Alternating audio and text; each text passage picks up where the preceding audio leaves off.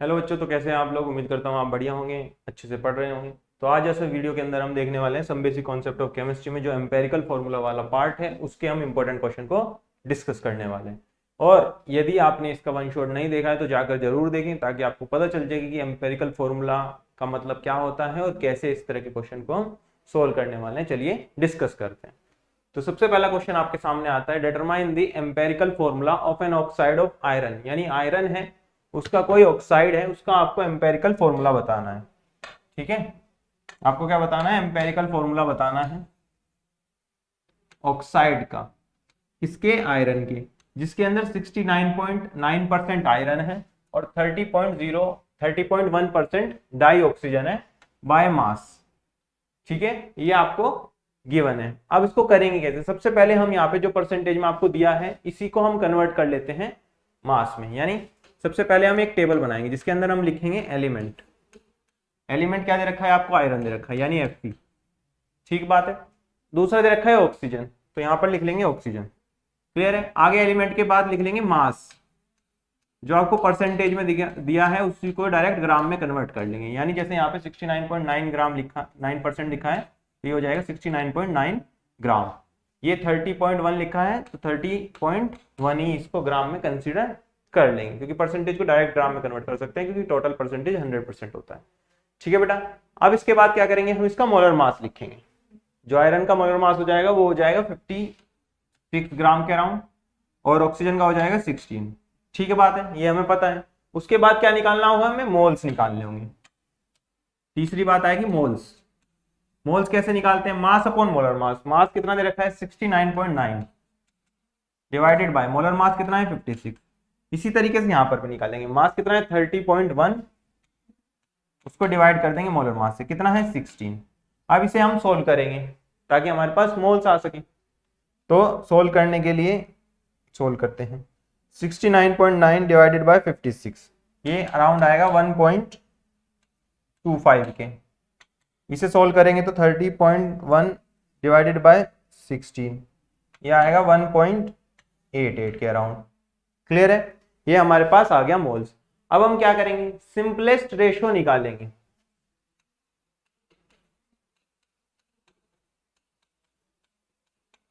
Simplest ratio के लिए क्या करते हैं, हम इन दोनों में से जो छोटा है उससे दोनों को डिवाइड कर देंगे। यानी छोटा क्या है 1.25, और 1.88 में से 1.25 छोटा है, तो 1.25 से डिवाइड कर देंगे दोनों तरफ। देखो क्या वैल्यू आती है, इसकी 1 आ जाएगी, दूसरे वाले की करेंगे तो 1.88 डिवाइडेड बाय 1.25, ये आएगी 1.5 के अराउंड। अब हमें इसका बताना होगा होल नंबर, यानी सिंपलेस्ट होल नंबर।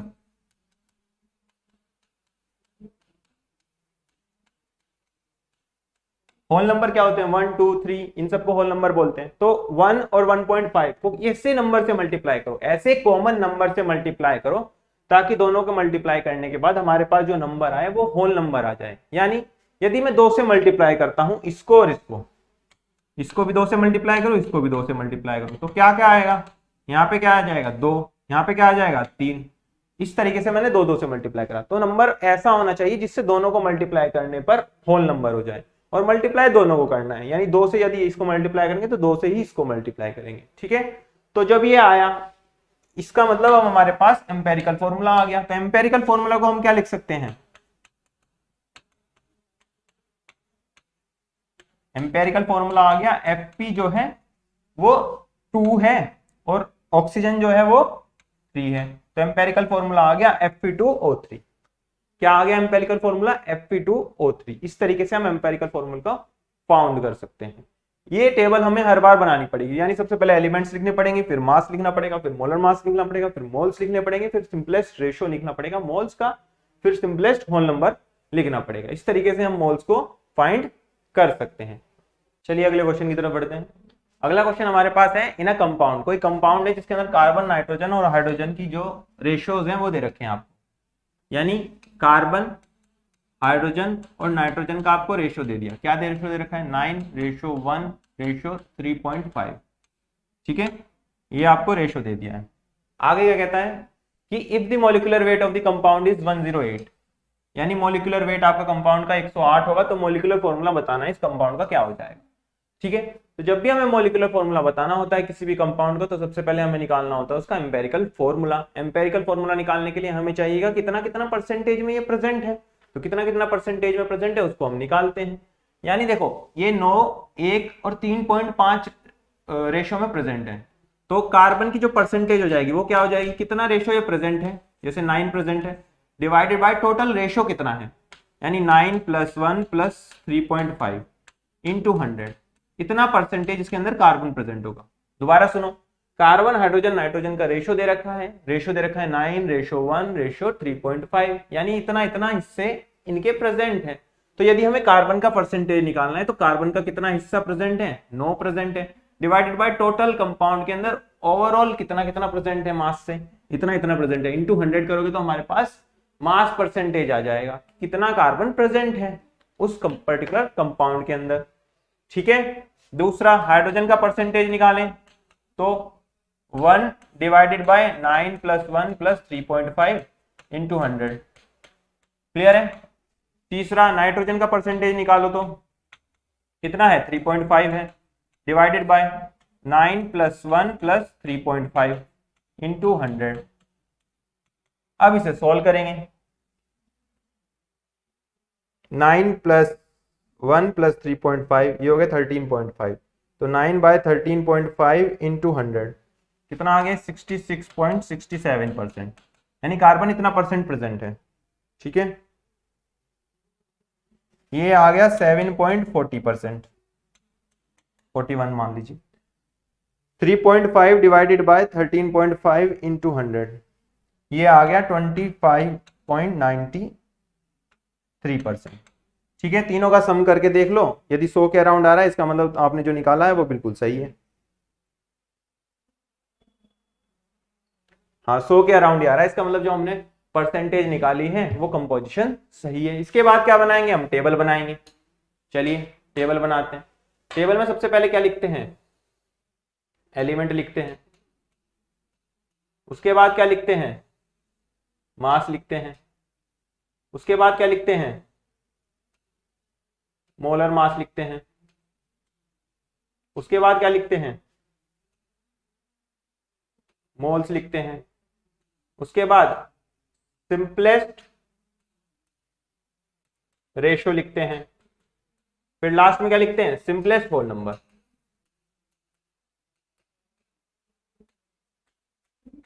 ठीक है, ये हमारी पूरी टेबल हो जाएगी। सबसे पहले एलिमेंट क्या है, कार्बन है, दूसरा क्या है, हाइड्रोजन है, तीसरा क्या है, नाइट्रोजन है, लिख दिया एलिमेंट ये हमारे पास प्रेजेंट है। मास कितना प्रेजेंट है, कार्बन का 66.67 प्रेजेंट है, यानी 66.67 हो गया। हाइड्रोजन का कितना प्रेजेंट है, 7.41, क्लियर है। नाइट्रोजन का कितना प्रेजेंट, 25.93। ठीक है, अब मोलर मास कितना होता है, कार्बन का कितना होता है 12, हाइड्रोजन का कितना होता है 1, नाइट्रोजन का कितना होता है 14। अब मास प्रेजेंट है, मोलर मास प्रेजेंट है, तो मोल्स कौन निकालेगा, हम सब निकाल लेंगे। मोल्स क्या होगा, 66.67 डिवाइडेड बाय 12, यहाँ पे क्या होगा 7.41 डिवाइडेड बाय 1, यहाँ पर क्या होगा 25.93 डिवाइडेड बाय 14। करो सोल्व अब इसे, पहले वाले में 66.67 डिवाइडेड बाय 12 है तो क्या हो गया ये 5.55, दूसरे वाले में 7.41 ही आ जाएगा, तीसरे वाले में 25.93 डिवाइडेड बाय 14 ये क्या आ गया 1.85। ठीक है, अब तीनों में सबसे छोटा वैल्यू क्या है 1.85 है, तो 1.85 से तीनों को डिवाइड कर दो, यानी 5.55 को डिवाइड कर दिया 1.85 से, यहाँ पर 7.41 को डिवाइड कर दिया 1.85 से, यहाँ पर 1.85 को डिवाइड कर दिया 1.85 से, तो देखो कितना कितना आ रहा है अभी। 5.55 को डिवाइड करोगे तुम जब 1.85 से तो ये आता है 3, 7.41 को डिवाइड करोगे तुम 1.85 से तो ये आता है 4, और ये तो आ जाएगा 1, तो क्या आ गया 341, क्या आ गया 341 आ गया, खुद ही सिंपलेस्ट आ गया, तो सिंपलेस्ट ही लिख लोगे, सिंपल सी बात है। यदि सिंपलेस्ट खुद ही आ जाए होल नंबर तो सिंपलेस्ट टू से ही लिख लेंगे। क्यों किसी से मल्टीप्लाई करेंगे? मल्टीप्लाई तो तब करते हैं ना जब ये पॉइंटों में आ रहा हो सिंपलेस्ट रेशो वाला पार्ट, तब होल नंबर बनाने के लिए मल्टीप्लाई करते हैं। तो डायरेक्ट यदि सिंपलेस्ट में आ रहा है तो सिंपलेस्ट में डायरेक्ट लिख लेंगे। तो हमारे पास आ गया 341। यानी अब मैं क्या लिख सकता हूं कि एम्पेरिकल फॉर्मूला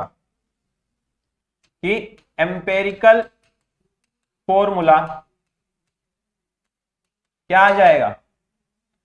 C के कॉरस्पॉन्डिंग 3 आ रहा है यानी C3, H के कॉरस्पॉन्डिंग 4 आ रहा है यानी H4, और N के कॉरस्पॉन्डिंग 1 आ रहा है यानी N। ठीक है, ये आ गया। अब हमें मॉलिक्यूलर फॉर्मूला निकालना है। इससे पहले हम क्या करेंगे? एम्पेरिकल फॉर्मूला मास निकाल लेंगे। भाई जैसे मॉलिक्यूलर मास निकालते हैं वैसे एम्पेरिकल फॉर्मूला मास निकाल लेंगे। तो इस फॉर्मूले में जो जितने आइटम है उनका उतने जितना मास है उसको मल्टीप्लाई करके ऐड कर देंगे। तो 3 कार्बन है तो 3 × 12 प्लस 4 हाइड्रोजन है, एक का एक होता है, 4 का 4 × 1, नाइट्रोजन का 14। तो कितना हो गया ये? ये हो गया 36 प्लस 4 प्लस 14, कितना हो गया? 54 ग्राम पर मोल आ गया। ठीक है, यानी इसका 1 मोल है तो इतने 54 ग्राम हो गया। अब हमारे पास क्या दिया है? मॉलिक्यूलर वेट दिया है। क्या दिया है? Molecular weight.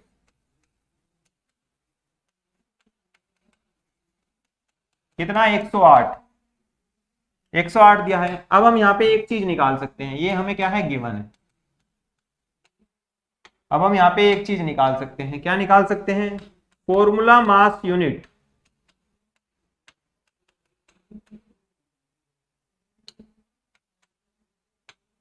ठीक है, हम फॉर्मूला यूनिट निकाल सकते हैं। क्यों? क्योंकि जो मॉलिक्यूलर वेट है 108 है, एम्पेरिकल फॉर्मूला ये है। यानी एम्पेरिकल फॉर्मूला की डेफिनेशन क्या होती है कि कितने number of minimum atoms present होंगे किसी पर्टिकुलर कंपाउंड के अंदर। तो ये हो गया, ये हो गया। तो फॉर्मूला यूनिट यानी इसके कितने प्रेजेंट होंगे ओरिजिनल मॉलिक्यूलर फॉर्मूले के अंदर। फॉर्मूला यूनिट क्या हो जाता है? Molecular weight divided by empirical formula mass. तो ये हो गया 108 डिवाइडेड बाय 54, कितना आ गया? 2 आ गया। क्या आ गया? 2, यानी 2 यूनिट प्रेजेंट है इसकी। तो मॉलिक्यूलर फॉर्मूला क्या हो जाएगा फाइनली?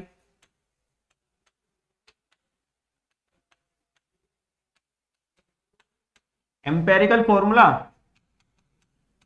का n मल्टीपल, यानी C3H4n का 2 मल्टीपल, यानी कहें तो क्या हो गया? C6H8n2।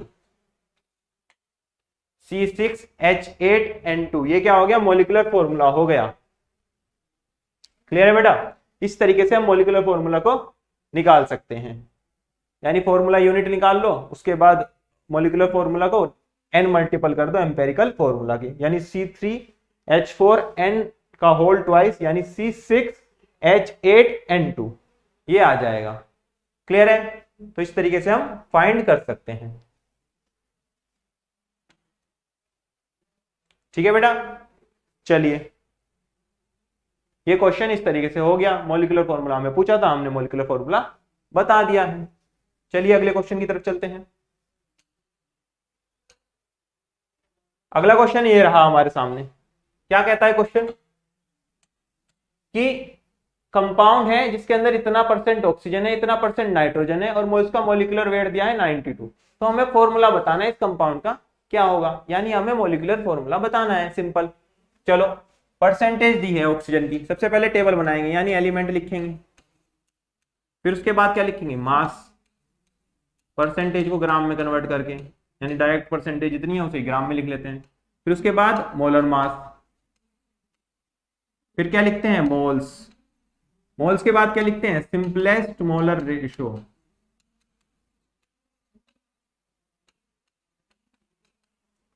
फिर सिंपलेस्ट होल नंबर।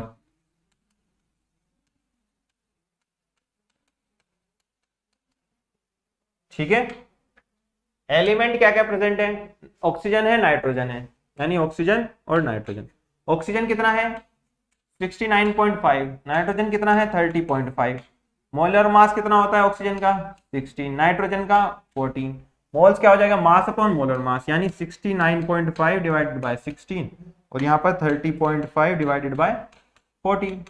इसको करेंगे हम सोल्व, चलिए करते हैं। 69.5 डिवाइडेड बाय 16 ये हो जाएगा 4.35, ठीक है। 30.5 डिवाइडेड बाय 14 ये आएगा 2.18। क्लियर है। अब सिंपलेस्ट मोलर रेशो निकालना है, यानी जो इन दोनों में से छोटा हो उससे दोनों को डिवाइड कर दो, यानी 2.18 से दोनों को डिवाइड कर दो। तो 4.35 डिवाइडेड बाय 2.18, 2.18 डिवाइडेड बाय 2.18 ये क्या आ गया 1 आ गया। इसको सोल्व करेंगे 4.35 डिवाइडेड बाय 2.18 तो ये कितना आएगा अराउंड 2 आता है, लगभग 2 के अराउंड आता है। तो सिंपलेस्ट रेशियो हो गया 2:1। क्या हो गया 2:1 हो गया, यानी एम्पेरिकल फॉर्मूला क्या हो गया,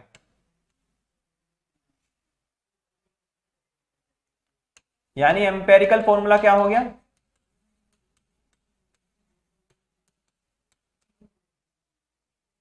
NO2N, यानी ऐसे लिख सकता हूं NO2। एम्पेरिकल फॉर्मूला क्या हो गया NO2 हो गया। अब इसके बाद एम्पेरिकल फॉर्मूला मास निकालना पड़ेगा क्योंकि हमें मॉलिक्यूलर फॉर्मूला निकालना है। तो एम्पेरिकल फॉर्मूला मास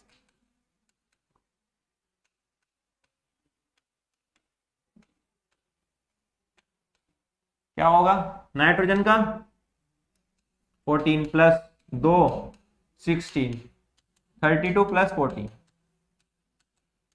क्या हो गया 46 ग्राम, ठीक है 46 आ गया। और हमारे पास मॉलिक्यूलर फॉर्मूला क्या दिया है 92 दिया है।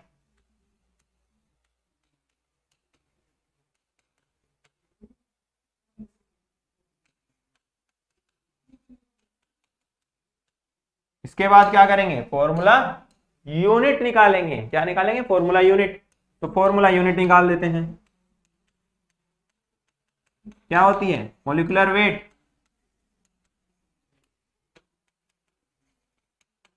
Divided by empirical formula mass, EFM लिख रहा हूं मैं, ठीक है 92 बाय 46 ये 2 पे, ठीक है क्या गया 2 पे गया। तो एम्पेरिकल फॉर्मूला से हम मॉलिक्यूलर फॉर्मूला निकाल लो। तो मॉलिक्यूलर फॉर्मूला क्या हो जाएगा,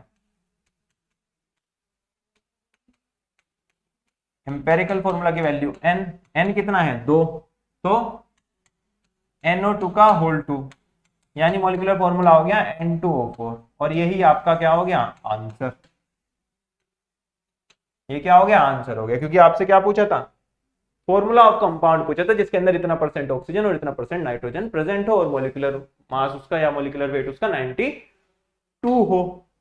क्लियर है। इस तरीके से हम एम्पेरिकल फॉर्मूला की मदद से मॉलिक्यूलर फॉर्मूला भी फाइंड कर सकते हैं। यदि आपको डायरेक्ट परसेंटेज तो ऐसे करेंगे, इससे पहले वाले क्वेश्चन में यदि आपको रेशियो दे दे किस किस रेशियो में प्रेजेंट है तो उस तरीके से करेंगे। ठीक है बेटा, चलिए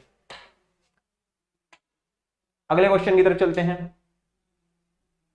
अगला क्वेश्चन हमारे पास है the empirical formula and molecular formula mass of compound are this and this. CH2O दिया है, क्या दिया है ये एम्पेरिकल फॉर्मूला दिया है।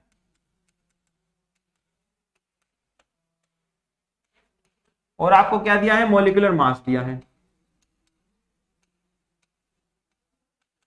180 ग्राम। ठीक है, what will be the molecular formula of the compound. Molecular formula बताना है कंपाउंड का। ये क्वेश्चन तो भैया और भी आसान हो गया, हमें एम्पेरिकल फॉर्मूला फाइंड ही नहीं करना पड़ा, ऑलरेडी हमें गिवन है, ये गिवन है।